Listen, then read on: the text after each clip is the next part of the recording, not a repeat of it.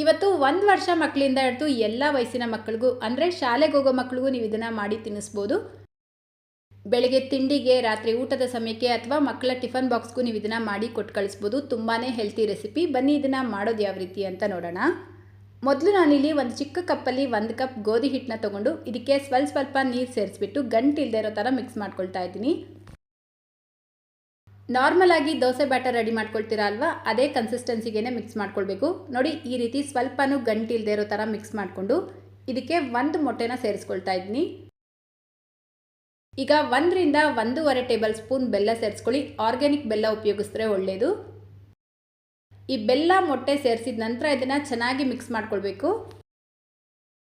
ಮೊಟ್ಟೆ ಎಲ್ಲ ಈ ರೀತಿ ಚೆನ್ನಾಗಿ ಮಿಕ್ಸ್ ಮಾಡಿಕೊಂಡು ಈಗ ತುರಿದಿಟ್ಕೊಂಡಿರುವಂಥ ಆ್ಯಪಲ್ ಸೇರಿಸ್ಕೊಳ್ತಾ ಇದ್ದೀನಿ 2 ಟೇಬಲ್ ಸ್ಪೂನಷ್ಟು. ಇದರ ಜೊತೆಗೇ ತುರಿದಿಟ್ಕೊಂಡಿರುವಂಥ ಕ್ಯಾರೆಟು ಸೇರಿಸ್ಬಿಟ್ಟು ಮತ್ತೆ ಒಂದ್ಸಲ ಚೆನ್ನಾಗಿ ಮಿಕ್ಸ್ ಮಾಡ್ಕೊಳ್ಳಿ.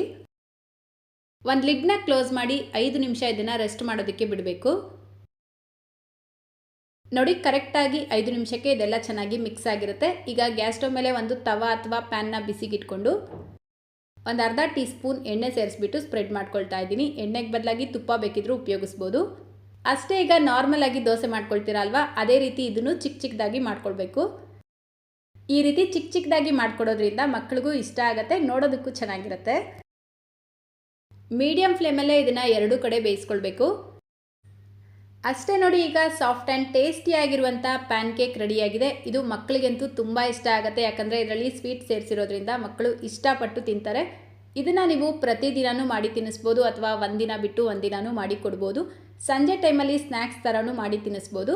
ಸೊ ಇವತ್ತಿನ ಈ ವಿಡಿಯೋ ನಿಮ್ಮೆಲ್ಲರಿಗೂ ಇಷ್ಟ ಆಯಿತು ಅಂತ ನಾನು ಅಂದ್ಕೊಳ್ತೀನಿ. ಇಷ್ಟ ಆಗಿದ್ರೆ ಪ್ಲೀಸ್ ಈ ವಿಡಿಯೋಗೊಂದು ಲೈಕ್ ಮಾಡಿ, ನಿಮ್ಮ ಫ್ರೆಂಡ್ಸ್ ಮತ್ತು ಫ್ಯಾಮಿಲಿಯವ್ರ ಜೊತೆಗೂ ಈ ವಿಡಿಯೋನ ಶೇರ್ ಮಾಡ್ಕೊಳ್ಳಿ. ಇದೇ ರೀತಿ ಮತ್ತೊಂದು ರೆಸಿಪಿಯೊಂದಿಗೆ ಸಿಗೋಣ. Thank you.